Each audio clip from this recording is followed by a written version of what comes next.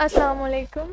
आज हम पढ़ेंगे बेटे क्लास 4 सब्जेक्ट साइंस का 6 चैप्टर है हमारे पास फोर्स एंड मोशन। फोर्स क्या होती है? फोर्स यानी strength, power, effort and motion. Motion आया है मूवमेंट से, कोई भी एक्ट, कोई भी एक्शन जो है वो मोशन कहलाता है। तो इसमें 3 क्वेश्चंस राइट किए गए। आपने इस चैप्टर को गौर से पढ़ना है और आप इस चैप्टर के बाद आप इन तीनों क्वेश्चंस के आंसर खुद दे सकते हैं। फर्स्ट क्वेश्चन है, why are different bodies sometimes found in a state of rest and motion? Why are different bodies, जो मुख्तलिफ अजसाम हैं, sometimes found in a state of rest? sometime ऐसा होता है कि वो रेस्ट की हालत में यानी पाए जाते हैं, एंड sometime जो होता है वो मोशन में होते हैं। तो ऐसा क्यों होता है? सेकेंड क्वेश्चन है, if an object is throne upward, अगर हम किसी ऑब्जेक्ट को, किसी चीज़ को ऊपर की तरफ फेंकते हैं, why does it always return to the earth? तो ये हमेशा ज़मीन की तरफ वापस क्यों आती है?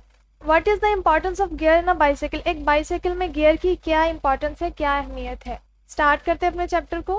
Have a look at your surroundings. अगर आप अपने इर्द गिर्द देखें, you will notice that some objects are stationary and some are moving. तो आप ये चीज़ नोटिस करेंगे कि कुछ ऑब्जेक्ट्स जो हैं यानी कुछ चीज़ें जो हैं वो स्टेशनरी यानी स्टिल हैं, फिक्स है अपनी जगह पे, एंड सम आर मूविंग, और कुछ जो हैं वो हरकत कर रही हैं।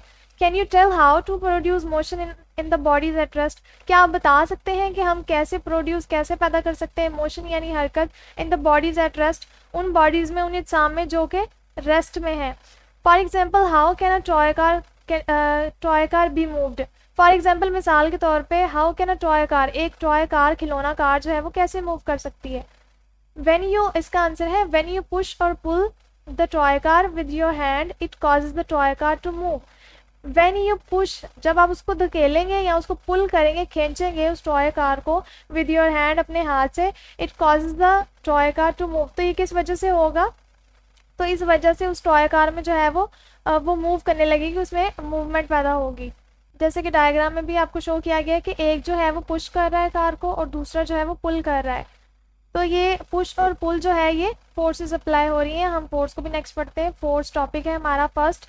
द एक्ट ऑफ पुशिंग और pulling a body is called force, यानी एक्ट, प्रोसेस ऑफ पुशिंग और पुलिंग यानी पुश करने का, धकेलने का, और पुल करने का यानी खींचने का जो प्रोसेस है, जो काम है, अ बॉडी, एक बॉडी को, इज कॉल्ड फोर्स, वो क्या कहलाता है? फोर्स कहलाता है। Force is use to move और स्टॉप द बॉडी। फोर्स किस लिए यूज होती है? टू मूव और स्टॉप, यानी किसी भी बॉडी को या तो मूव करने के लिए या फिर उसको स्टॉप करने के लिए भी हमें फोर्स चाहिए होती है। For example, to open a door, we either pull it towards us or push it away. For example, मिसाल के तौर पे, अगर आपने एक दरवाजे को टू ओपन अ डोर, दरवाज़ा खोलना है, तो वो इधर पुल इट टुवर्ड्स, यहाँ तो हम उसको क्या करेंगे, टुवर्ड्स अपनी तरफ पुल करेंगे, खींचेंगे, और यहाँ भी उसको पुश इट अवे, दूर जो है वो धकेलेंगे। तो इन दोनों ही सूरतों में हमने फोर्स का ही यूज़ किया है, पुल करने में भी और पुश करने में भी। इनफैक्ट पुश और पुल आर फोर्सेज। तो दरअसल पुश और पुल जो है वो फोर्सेज हैं। फोर्स इंक्रीजेज और decreases the speed of a body. Force जो है वो इंक्रीज भी कर सकती है और डिक्रीज भी कर सकती है बॉडी की स्पीड को। Force can also change the direction of motion. Force की वजह से जो डायरेक्शन होगी मोशन की, यानी उस मूवमेंट की, उस हरकत की जो डायरेक्शन होगी, उसको भी चेंज किया जा सकता है। For example, applying force to a ball with the bat change its direction of motion, यानी for example applying force to a ball, ball पे जब हमने फोर्स अप्लाई की विद द बैट से, तो change its direction of motion, तो इसकी जो मोशन की डायरेक्शन थी वो क्या हो गई, चेंज हो गई। डू यू नो, क्या आप जानते हैं? When you pick up an object, जब आप किसी चीज़ को पिक करते हैं, यू आर पुलिंग इट, तो आप उसको क्या कर रहे होते हैं, पुल कर रहे होते हैं, खींच रहे होते हैं। And when you throw an object, जब आप किसी चीज़ को फेंकते हैं तो आप क्या कर रहे होते हैं, यू आर पुशिंग इट, तो आप इसको पुश कर रहे होते हैं। इंटरेस्टिंग इन्फॉर्मेशन है, a force change the shape of bodies. Force जो है वो चेंज कर सकती है शेप ऑफ बॉडीज को, बॉडीज की शेप को। अ force acting on a body can change its shape. Force जो एक्ट कर रही होती है, काम कर रही होती है ऑन अ बॉडी, उस बॉडी पे, कैन चेंज इट्स शेप, वो उसकी शेप को भी चेंज कर सकती है। For example, if we press any empty can it will be compressed. अगर हम किसी खाली कैन को, ये एम्प्टी कैन है, अगर हम इसको प्रेस करते हैं तो ये कंप्रेस्ड हो जाएगा, यानी इस फॉर्म में आ जाएगा, तो इसकी शेप जो है वो चेंज हो जाएगी। और हमने क्या यूज़ किया यहाँ पे, फोर्स यूज़ की। तो फोर्स जो है वो किसी भी बॉडी की शेप को भी चेंज कर सकती है। यहाँ पे क्वेश्चन पूछा गया है हमसे, can you tell where force is used in everyday life? क्या आप बता सकते हैं कि जो हमारी डेली लाइफ में फोर्स कहाँ पे यूज़ हो रही है? तो इसका आंसर है इन everyday life all activities need force. In example pushing, walking, pulling, running etcetera. So you can use force is use in all activities of daily life, यानी हमारी रोज़मर्रा ज़िंदगी में जो है वो हम चलने फिरने या दौड़ने में किसी भी चीज़ में जो है वो फोर्स यूज़ करते हैं। यानी आप जो डेली एक्टिविटीज़ हैं उसमें हम क्या यूज़ कर रहे हैं? फोर्स यूज़ कर रहे होते हैं। उसके बाद एक्टिविटी दी गई है विच फोर्स पुश और pull will be apply to change the shape of the following objects. कुछ ऑब्जेक्ट्स, कुछ चीज़ें हमें दी गई हैं, तो हमें बताना है कि इनमें कौन सी फोर्स जो है वो यूज़ होती है। फर्स्ट है प्लास्टिक बॉटल। इनकी शेप को चेंज करने के हिसाब से हमने जो फोर्स बतानी है कि ये कौन सी फोर्स यूज़ करेंगे तो इनकी शेप जो है वो चेंज हो जाएगी। तो प्लास्टिक बॉटल पे हम कौन सी फोर्स अप्लाई करेंगे? पुश फोर्स अप्लाई करेंगे। जब पुश फोर्स अप्लाई करेंगे तो उसकी शेप जो होगी वो चेंज हो जाएगी। यहाँ पे पुश फोर्स यूज़ होगी। इस तरह से पेपर क्लिप्स है तो यहाँ पे पुल फोर्स यूज़ होगी। इस तरह से पेपर है, यहाँ पे भी क्या कौन सी फोर्स यूज़ होगी? पुल फोर्स यूज़ होगी। इस तरह से टूथपेस्ट है, टूथपेस्ट में कौन सी फोर्स यूज़ होगी? इसमें पुश फोर्स। इसको भी पुश करेंगे तो इसकी शेप चेंज होगी, तो इसलिए पुश फोर्स यूज़ होगी।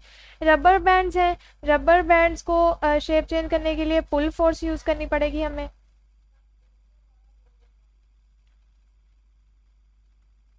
उसके बाद प्लेटो है, इसमें जो है वो पुश फोर्स यूज़ होगी। तो ये हमारी एक्टिविटी सॉल्व हो गई। इसके बाद है मोशन।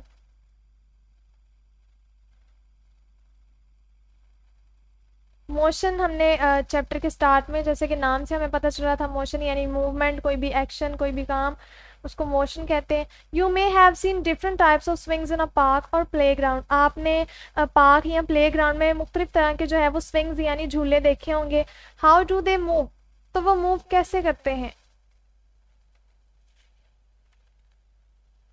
द सीसा मूव्स अप एंड डाउन। जो सीसा होता है वो अप एंड डाउन यानी ऊपर और नीचे की तरफ मूव करता है। The merry-go round moves in a circle. जो मैरीगो होता है वो राउंड सर्कल में मूव करता है। While the swing moves back and fourth, यानी इसका क्या मतलब है कि जो झूले होते हैं वो आगे पीछे की तरफ मूव करते हैं। What do you observe from it? तो आपने इससे क्या ऑब्जर्व किया? The body change its position during movement, कि यानी बॉडी जो होती है वो अपनी पोजीशन को चेंज करती है ड्यूरिंग मूवमेंट, यानी जब वो हरकत करती है तो अपनी पोजीशन को भी चेंज करती है। फॉर एग्जाम्पल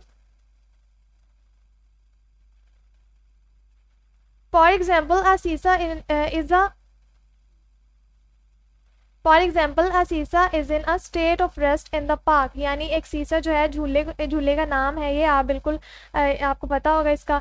तो वो स्टेट ऑफ रेस्ट यानी रेस्ट की हालत में पड़ा हुआ है पार्क में। अब क्या होगा? Children sitting on a seesaw apply force on it and the seesaw starts moving up and down. तो जब बच्चे उस पर बैठे उन्होंने क्या किया? उन्होंने फोर्स अप्लाई की उस पर, एंड जो वो झूला था, सीसा जो था, वो मूव करने लग गया अप एंड डाउन, यानी ऊपर नीचे की तरफ वो मूव करने लग गया। The process in which a body change its position is called motion. तो ये प्रोसेस, ये अमल जो था इन विच जिसमें बॉडी ने अपनी पोजीशन चेंज की, तो ये क्या कहलाता है? मोशन कहलाता है। और ये फर्स्ट क्वेश्चन हमसे पूछा गया था कि फोर्स और मोशन जो है वो रिलेट कैसे करते हैं आपस में। फर्स्ट क्वेश्चन है हमारे पास एक्सरसाइज में, how are force and motion related, explain. तो हमने पीछे फोर्स के बारे में पढ़ा, तो ये मैंने राइट किया हुआ है, द एक्ट ऑफ पुशिंग और pulling a body is called force. ये शॉर्ट क्वेश्चन नंबर 1 में पहला पार्ट ये आएगा। और सेकंड हमें मोशन में बताना था, तो ये मोशन का आंसर ये देखिए, यहाँ पे भी मैंने राइट किया हुआ है शॉर्ट क्वेश्चन 1। तो यहाँ से यहाँ तक ये फर्स्ट क्वेश्चन का आंसर बन रहा है, force and motion. Next activity दी गई है हमें, observe the objects around you and tell. अपने अराउंड यानी इर्द गिर्द जो अराउंड ऑब्जेक्ट्स चीज़ें हैं उनको ऑब्जर्व करें एंड टेल बताएं। फर्स्ट हमने क्या बताना है? Which object moves up and down. कौन सा ऑब्जेक्ट जो है वो अप एंड डाउन मूव करता है? तो इसका आंसर है सीसा मूव्स अप एंड डाउन। सीसा जो था वो मूव अप एंड डाउन, वो मूव करता है। सेकेंड है which object moves back and fourth. कौन सा ऑब्जेक्ट है जो आगे पीछे मूव करता है? तो swings and pendulum clock moves up back and forth, इसका आंसर है उसके बाद थर्ड क्वेश्चन पूछा गया है which objects moves in a circle, कौन सा ऑब्जेक्ट जो है वो सर्कल में मूव करता है, तो ceiling fan moves in a circle, ceiling fan जो है वो सर्कल में मूव करता है। उसके बाद हमारा जो टॉपिक है वो है ग्रेविटी यानी कशिश शकल। Look at the following pictures and tell, यानी मुख्तलिफ पिक्चर्स को देखें जो हमें डायग्राम्स दी गई हैं और ये चीज़ें हमने बतानी है, कुछ क्वेश्चंस पूछे गए हैं हमसे। Look at the following pictures and tell, मुख्तलिफ जो पिक्चर्स दी गई हैं उनको देखें और बताएं। फर्स्ट पूछा गया है why do the leaves of a tree fall to the ground after living the branches, यानी वाई डू द लीव्स, जो पत्ते होते हैं वो फॉल टू द ग्राउंड, वो ज़मीन पर क्यों गिर जाते हैं दरख्त से, आफ्टर लिविंग द ब्रांचेस, अपनी शाखें छोड़ने के बाद। सेकेंड पूछा गया है why does the fountain water fall on the ground, fountain water यानी फवारे में जो या चश्मे में जो पानी होता है वो ज़मीन पर क्यों गिरता है। उसके बाद पूछा गया है why does a ball thrown upward return to the ground after reaching a certain height, why does a ball, एक बॉल जो है वो थ्रोन अपवर्ड, जब उसको ऊपर फेंका जाता है, रिटर्न टू द ग्राउंड, तो वो ज़मीन पर वापस क्यों आती है, after reaching a certain height, एक ख़ास जो है हाइट, ऊंचाई पर पहुंचने के बाद। You may have notice that what ever is throne upward, आपने नोटिस किया होगा कि जो भी चीज़ हम ऊपर फेंकते हैं रिटर्न्स टू द ग्राउंड, वो वापस ज़मीन पर आ जाती है। The earth actually pulls bodies towards itself, तो एक्चुअली ये अर्थ जो है, ज़मीन जो है वो बॉडीज़ को अपनी तरफ टूवर्ड्स इटसेल्फ यानी अपनी तरफ खींचती है विद अ स्पेसिफिक फोर्स, एक ख़ास फोर्स की वजह से की मदद से। This force is called gravity, इसको क्या कहा जाता है, दिस फोर्स इज कॉल्ड, इस फोर्स को ग्रेविटी ऑफ अर्थ यानी ज़मीन की कशिश शकल कहा जाता है। और ये शॉर्ट क्वेश्चन नंबर 2 का आंसर भी है। शॉर्ट क्वेश्चन 2 पूछा गया था हमसे what is meant by gravity, on which objects does it act, के ग्रेविटी का मतलब क्या है, तो ये इसका शॉर्ट क्वेश्चन नंबर 2 का आंसर है। और एक्ट के बारे में आप लिख सकते हैं it act on all objects, ये सारे ऑब्जेक्ट्स पे असर करती है, एक्ट करती है, काम करती है। उसके बाद एक्टिविटी है tie a pencil to a piece of thread and hang it with something, आपने क्या करना है, टाई अ पेंसिल, एक पेंसिल बांधनी है, पीस ऑफ थ्रेड, एक धागे के टुकड़े के साथ, and hang it with something, और इसको किसी चीज़ के साथ हैंग कर देना है, बांध देना है। It is gravity acting on the pencil, क्या ग्रेविटी जो है वो पेंसिल पे भी काम करेगी। नाउ ब्रेक दिस थ्रेड, अब इस धागे को तोड़ दें। व्हाट डू यू ऑब्जर्व, तो आपने क्या ऑब्जर्व किया। व्हेन द थ्रेड ब्रेक्स, जब वो धागा टूटेगा, the pencil falls on the ground, तो वो जो पेंसिल होगी वो भी फॉल्स, गिर जाएगी ज़मीन पर। एक्सप्लेन द रीज़न, इसका रीज़न बताना है हमें। तो इसका आंसर है yes, gravity act on pencil, when the thread is break pencil will fall on ground due to pull of gravity. ठीक है, जब पेंसिल जो है वो हम धागे को जो तोड़ेंगे तो वो पेंसिल क्यों नीचे आएगी, ग्राउंड पे क्यों आएगी, ग्रेविटी की वजह से, ज़मीन की कशिश शकल की वजह से वो ज़मीन पर गिर जाएगी। इसके बाद जो टॉपिक स्टार्ट हो रहा है वो है फ्रिक्शन, फ्रिक्शन यानी रगड़। You have often observe that when you kick a football, आपने ऑफन यानी अक्सर ऑब्जर्व किया होगा कि जब आप फुटबॉल को किक करते हैं it stops after covering a certain distance, तो ये ख़ास फासला तय करने के बाद स्टॉप हो जाता है, रुक जाता है। व्हाई डज इट स्टॉप, तो ये स्टॉप क्यों होता है। Certainly there is a force acting on the football that stops it, जो सर्टनली यानी श्योरली या फिर क्लियरली आप बोल सकते हैं, जो फोर्स होती है, there is a force acting on the, ये फोर्स जो उस पर अमल कर रही होती है, एक्ट कर रही होती है फुटबॉल पे, वो दैट स्टॉप्स इट, उसको रोक देती है। व्हाट फोर्स इज दिस, तो ये कौन सी फोर्स होती है, तो इसका आंसर है friction is the force that stops और tends to stop the moving objects, यानी फ्रिक्शन जो है वो friction is the force, friction वो फोर्स है दैट स्टॉप्स, जो रोकती है, और टेंड्स टू स्टॉप यानी रोकने देती है द मूविंग ऑब्जेक्ट्स, जो मूव कर रही होती है उन चीज़ों को। Friction occur when a body moves in contact with another body, friction जो है वो अकर पैदा कब होती है, व्हेन अ बॉडी मूव्स, जब एक बॉडी मूव करती है in contact with another body, किसी दूसरी बॉडी से जब राब्ते में होती है, उसके साथ मिलके मूव करती है, देन फ्रिक्शन जो है वो अकर होती है। Friction always act against the direction of the movement, friction जो है वो रगड़ जो है वो हमेशा जो डायरेक्शन, बॉडी की जो डायरेक्शन होगी, ऑलवेज एक्ट अगेंस्ट, उसके खिलाफ, उसके अगेंस्ट, ऑपोजिट जो है वो काम करेगी ये। और ये शॉर्ट क्वेश्चन नंबर 3 का आंसर भी है। शॉर्ट क्वेश्चन नंबर 3 एक्सरसाइज में आप देख सकते हैं, हमसे पूछा गया था define friction, in which direction does it act, कि फ्रिक्शन क्या है और ये किस डायरेक्शन में एक्ट करती है। तो इसका आंसर है friction is the force that stops और tend to stop moving objects. ये फोर्स की फ्रिक्शन की डेफिनेशन हो गई। और ये एक्ट कैसे करती है, friction always act against the direction of the movement. तो ये शॉर्ट क्वेश्चन नंबर 3 का आंसर हो गया। उसके बाद जो टॉपिक है एडवांटेजेस ऑफ फ्रिक्शन, फ्रिक्शंस के फायदे क्या हैं, एडवांटेजेस क्या हैं इसके। Friction plays a very important role in our daily life. Friction जो है वो हमारी रोज़मर्रा ज़िंदगी में काफ़ी अहम किरदार अदा करती है। Lightning of the match box, यानी मैच बॉक्स उसको बोलते हैं माचिस को। Penetration of the nail into the wood और वॉल, पेनिट्रेट करना यानी दाखिल करना। तो जब किसी लकड़ी के या वॉल किसी दीवार में जो कील, नेल का मतलब होता है कील, वो डाला जाता है, दाखिल किया जाता है। या फिर स्लोइंग डाउन द व्हीकल्स, या फिर गाड़ियों को स्लो डाउन किया जाता है जब, एंड इवेंचुअली, और या फिर उनको इवेंचुअली यानी फाइनली जो है वो स्टॉप कर दिया जाता है, रोक दिया जाता है। All are possible due to friction. ये सब कुछ किस वजह से होता है, ये फ्रिक्शन की वजह से ही होता है। डू यू नो, क्या आप जानते हैं, we can not walk on earth without friction. हम फ्रिक्शन के बगैर जो है वो अर्थ यानी ज़मीन पे वॉक नहीं कर सकते, चल नहीं सकते। If there is less friction, अगर फ्रिक्शन कम हो, it becomes difficult to walk, तो वॉक करना जो है, चलना थोड़ा मुश्किल होता है। उसके बाद एक क्वेश्चन पूछा गया है, what will happen if there were no friction. क्या हो अगर फ्रिक्शन ना हो तो इसका आंसर है if there is no friction we can not walk run on earth, a match stick is also not burn. अगर फ्रिक्शन ना हो तो ना हम ज़मीन पर चल सकते हैं, ना दौड़ सकते हैं, और ना ही जो मैच बॉक्स है यानी माचिस जो है वो जल सकती है। इसके बाद है let's observe the role of friction in our daily life. हम अपनी डेली लाइफ में, रोज़मर्रा की ज़िंदगी में जो है क्या किरदार है फ्रिक्शन का, उसको ऑब्जर्व करते हैं, उसको देखते हैं। एक्टिविटी देखते हैं। एक्टिविटी में फर्स्ट स्टेप जो है वो है stretch a paper sheet on a hardboard, place a plastic sheet on another hardboard. यानी एक हार्डबोर्ड पे आपने पेपर शीट रखनी है और दूसरी पे प्लास्टिक शीट रखनी है। By using a pen write your name on both of them turn by turn. तो बारी बारी आपने क्या करना है, उन दोनों पे अपना नाम लिखना है पेन की हेल्प से, पेन की मदद से उन दोनों पे अपना नाम राइट करना है। वट यू ऑब्जर्व, तो आप क्या ऑब्जर्व करेंगे। It is easy to write on a paper while it is difficult to write on a plastic sheet. तो आप ऑब्जर्व करेंगे कि जो पेपर पे लिखना आसान होगा, जबकि प्लास्टिक शीट पे लिखना जो है वो मुश्किल होगा। तो इसकी वजह क्या थी, due to lack of friction it is difficult to write on plastic sheet. Friction की कमी की वजह से जो प्लास्टिक शीट है उस पर लिखना जो है वो थोड़ा मुश्किल होगा। उसके बाद डिसएडवांटेज ऑफ फ्रिक्शन है, यानी फ्रिक्शन के नुकसान भी होते हैं, जहाँ इसके फ़ायदे हैं वहाँ नुकसान भी हैं। Friction is very useful in our daily life but sometime it can be harmful.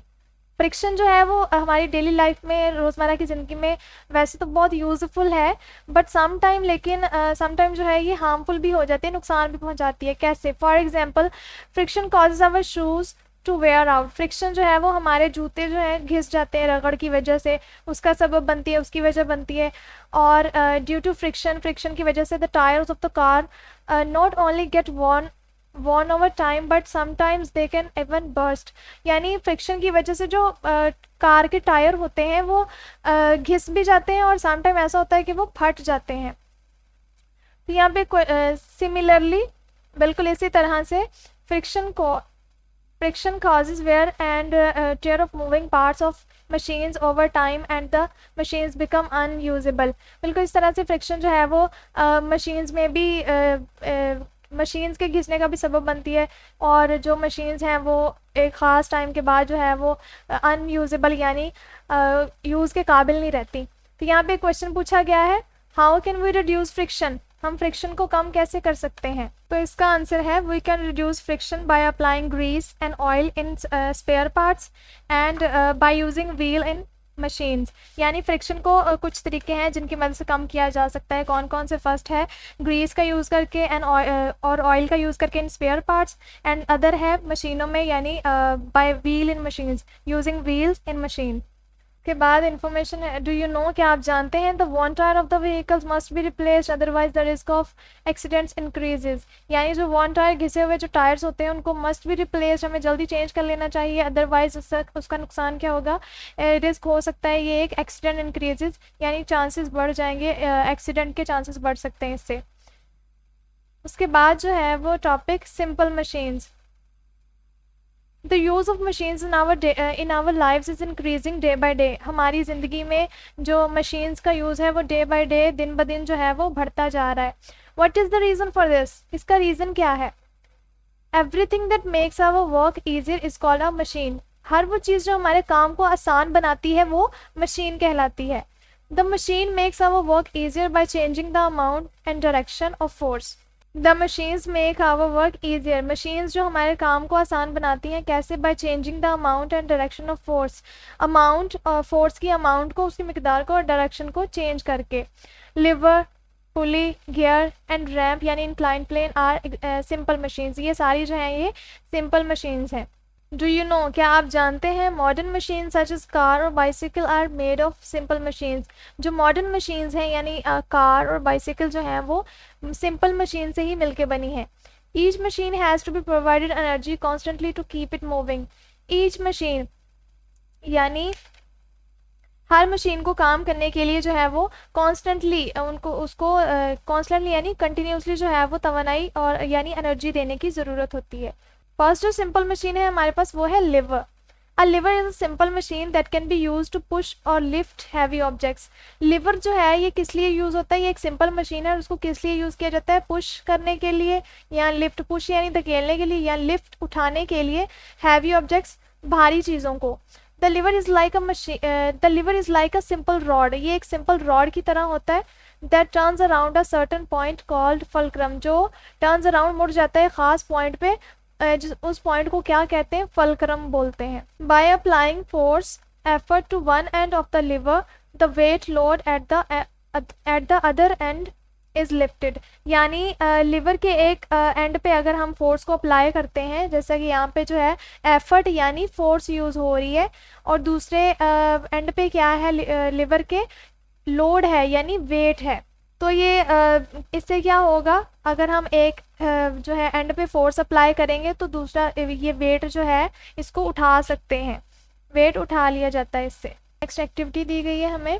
First अब हमने क्या करना है? Take a metre rod, a pencil and a book. यानी एक मीटर रॉड लेना है आपने, पेंसिल लेनी है एंड बुक, और एक बुक लेनी है। फिर उसके बाद place one end of the metre rod under the book as shown in the figure. Place one end of the metre rod. एक मीटर रॉड के एक सिरे पे आपने क्या करना है? वो मीटर रॉड का जो एक सिरा होगा वो आपने एक बुक के नीचे रख देना है, ठीक है, जैसे कि पिक्चर में दिखाया गया है। एक सिरा जो है मीटर रॉड का वो बुक के नीचे है। फिर उसके बाद place the pencil under the metre rod near the book. हमने पेंसिल रखनी है, प्लेस यानी उसको रखना है कहाँ पे? मीटर रॉड के नीचे, लेकिन बुक के करीब, नियर द बुक यानी बुक के करीब। Apply force on the other end of the metre rod to lift the book. अब हमने दूसरे सिरे पे जो है, दूसरे एंड पे हमने फोर्स अप्लाई करनी है, किस लिए? बुक को लिफ्ट करने के लिए, उठाने के लिए। What do you observe? तो हमें इस एक्टिविटी से हमने क्या ऑब्जर्व किया? तो in this activity pencil will act as fulcrum. Pencil किसका काम कर रही है? फलक्रम का काम कर रही है। एंड द बुक जो है, while book will be a weight. Book जो है वो एज वेट यूज हो रही है, which can be easily lifted with the help of force. जिसको इजीली लिफ्ट किया जा सकता है, उठाया जा सकता है फोर्स के थ्रू। के बाद है पुली। A pulley is a simple machine consist of a grooved wheel and a rope. पुली जो है वो एक सिंपल मशीन है जो कंसिस्ट यानी मुश्तमिल होती है। ग्रूव्ड व्हील यानी कांचेदार व्हील बोलते हैं इसको।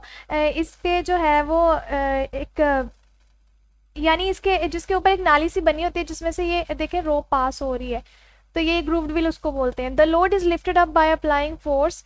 तो लोड को लिफ्ट अप किया जा सकता है यानी उठाया जा सकता है bye applying force, force apply करने से।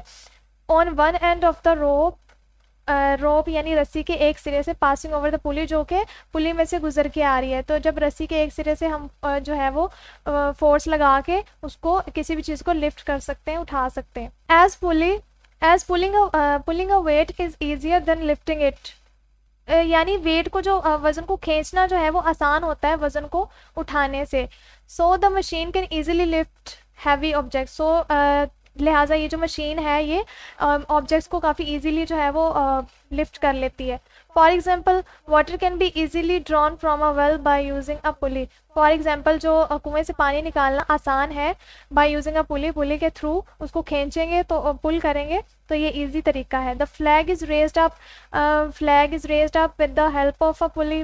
फ्लैग रेज करना यानी बुलंद करना, रेज अप बुलंद करना, with the help of pulley, pulley की हेल्प से। फॉर दिस, इसके लिए when you pull the rope down, जब हम रोप यानी रस्सी को आप डाउन नीचे की तरफ पुल करेंगे, it lifts the flag upward, तो वो फ्लैग जो होगा वो अपवर्ड यानी ऊपर की तरफ लिफ्ट हो जाएगा। रस्सी को जब आप नीचे की तरफ पुल करेंगे, खींचेंगे, तो फ्लैग जो होगा वो ऊपर की तरफ लिफ्ट हो जाएगा। Changing the direction of force make it easier to work with the pulley. Changing the direction of force, force की जो सिमत है उसको चेंज होने से make it easier to work, ये जो है काम करना आसान हो जाता है विद द पुली, पुली के थ्रू यानी with the help of pulley. For example if we want to lift heavy objects, अगर हम किसी भारी चीज़ को उठाना चाहते हैं with the help of pulley, pulley की हेल्प से we have to put the effort downwards, तो हमें नीचे की तरफ अपनी एफर्ट यानी अपनी फोर्स जो है वो नीचे की तरफ लगानी पड़ेगी। उसके बाद जो है वो हमारे पास गियर है। Gear is a simple machine which consists of tooth wheel of different sizes. Gear जो है ये भी सिंपल मशीन है जो टूथ व्हील पे मुश्तमिल होता है, यानी दंदानेदार व्हील बोलते हैं इसको, इसके ये जो साइड्स निकले होते हैं इस तरह से, तो इसलिए इसको टूथ व्हील यानी दंदानेदार व्हील बोलते हैं, और ये डिफरेंट साइजेस में होता है। The teeth of these wheels, इसके जो दांत होते हैं ये साइड में बाहर जो लगे हुए हैं ये सारे, तो fit in with each other, वो एक दूसरे में फिट हुए होते हैं, एंड मूव टुगेदर, और एक साथ मूव करते हैं। With the help of gear, gear की मदद से वी कैन इंक्रीज और डिक्रीज द स्पीड, हम या तो स्पीड को ज़्यादा भी कर सकते हैं और स्पीड को कम भी कर सकते हैं।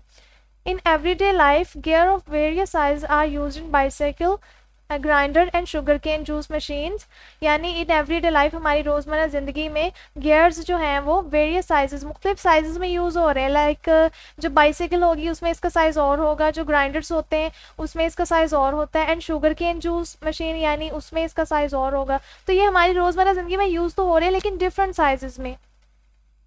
ठीक है, जो उसके बाद है इंक्लाइन प्लेन, ये आपको डायग्राम में भी शो किया गया है, ये इस तरह का होता है, ये भी इंक्लाइन प्लेन है और ये भी डिफरेंट जो है वो शेप्स में दिखाया गया है। Incline plane is a simple machine with one end relatively higher than the other. जो इंक्लाइन प्लेन है ये भी सिंपल मशीन है जिसका एक सिरा जो है, एक एंड जो है वो रिलेटिवली यानी निस्बतन दूसरे से बड़ा होता है। It requires less force and energy to move objects from one place to another. It requires, जिसको ज़रूरत होती है less force यानी कम फोर्स की ज़रूरत होती है, इसमें एनर्जी टू मूव ऑब्जेक्ट्स यानी जो ऑब्जेक्ट्स हैं, चीज़ें जो हैं वो एक जगह से दूसरी जगह ले जाने के लिए हमें फोर्स जो है वो लेस चाहिए होती है, कम चाहिए होती है। It allows us to move objects easily from bottom to top, ये अलाउ करता है हमें, यानी इसके थ्रू जो है ऑब्जेक्ट्स, हम चीज़ें जो है बॉटम टू टॉप यानी नीचे से ऊपर की तरफ काफ़ी ईजीली ले जा सकते हैं।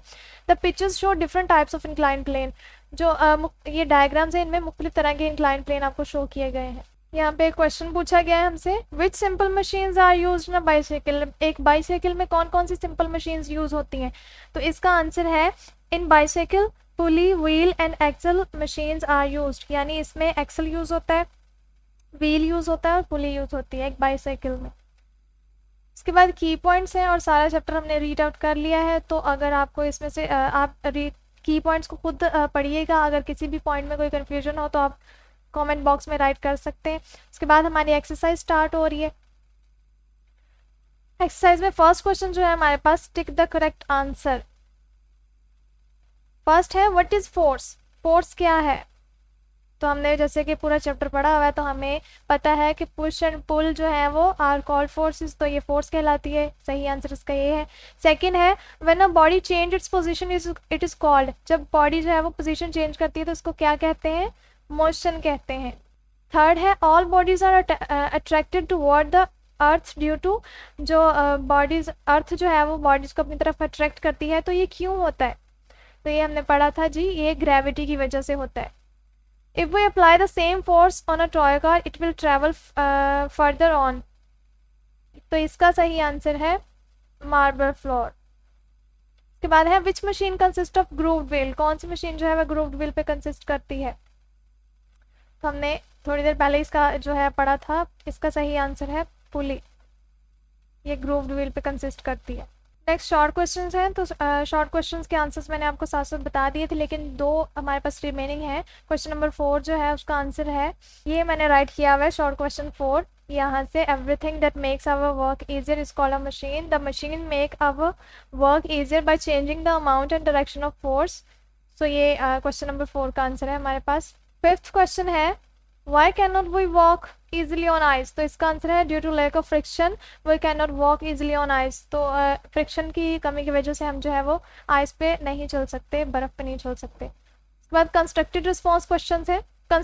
कंस्ट्रक्टेड रिस्पॉन्स क्वेश्चन में हमारे पास फर्स्ट क्वेश्चन पूछा गया है, look carefully at the pictures given below, which one of these shoes is suitable for rocky soil, which one for playground and which one for icy surface। यानी ये shoes दिखाए गए हैं हमें, इनमें से कौन सा जो है वो रॉकी सरफेस के लिए है, कौन सा आइसी सरफेस के लिए है और कौन सा जो है वो प्लेग्राउंड के लिए है।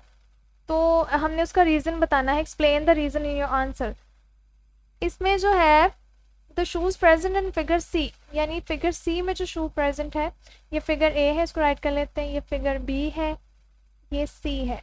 तो रीज़न बताते हैं, in the shoes present in figure C, जो सी में प्रेजेंट है, is suitable for rocky soil, ये रॉकी सॉइल के लिए सूटेबल है, because its structure increase friction, इसका जो स्ट्रक्चर है वो फ्रिक्शन को इंक्रीज कर देता है, इसलिए ये रॉकी सॉइल के लिए है। उसके बाद है while the shoe in figure A, जो फिगर ए में शू है is useful to walk on ice, ये आइस पे चलने के लिए, बर्फ पे चलने के लिए सूटेबल है, due to its plain structure, इसके प्लेन स्ट्रक्चर की वजह से। And the shoes in figure B, और जो फिगर बी में जो शूज है is helpful in playground, ये प्ले ग्राउंड पे चलने के लिए हेल्पफुल है। के बाद जो हमसे क्वेश्चन पूछा गया है वो है, the patient is sitting in a wheelchair, patient जो है वो व्हील चेयर पे बैठा हुआ है, which machine will be helpful to take him on stage and why, तो कौन सी मशीन जो है वो हेल्पफुल होगी उसको स्टेज पे ले जाने के लिए।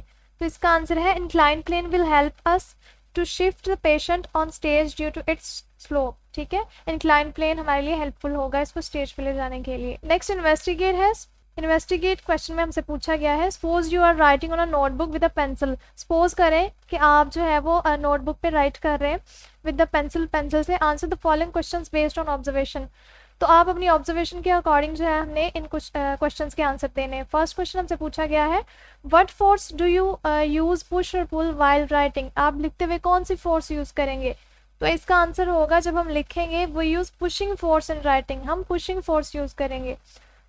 सेकेंड है, what is the role of friction in writing on paper with a pencil, friction का कागज पर लिखने के लिए फ्रिक्शन का क्या किरदार होगा, तो friction help us writing on paper, it stops the use of force for writing after a word, यानी फ्रिक्शन हमें हेल्प करेगी, जब हम वर्ड लिख लेंगे तो उसको स्टॉप करने में या उसको लिखने में फ्रिक्शन जो है वो हेल्पफुल होगी। थर्ड क्वेश्चन हमसे पूछा गया है, after using the pencil why do we need to sharpen it, यानी पेंसिल को इस्तेमाल करने के बाद हमें उसको शार्प क्यों करना पड़ता है, उसको शार्पनर का यूज क्यों किया जाता है। सो इसका आंसर है, we need to sharp the pencil after use because its tip increase in width which increase friction, friction को कम करने के लिए जो है इस्तेमाल करने के बाद इसका दोबारा तराशना पड़ता है फ्रिक्शन को कम करने के लिए। तो यहाँ पे हमारे चैप्टर का और एक्सरसाइज का एंड होता है। अगर पूरे चैप्टर से रिलेटेड आपका कोई भी क्वेश्चन हो तो आप कमेंट बॉक्स में राइट कर सकते हैं। ठीक है जी, अल्लाह हाफिज़।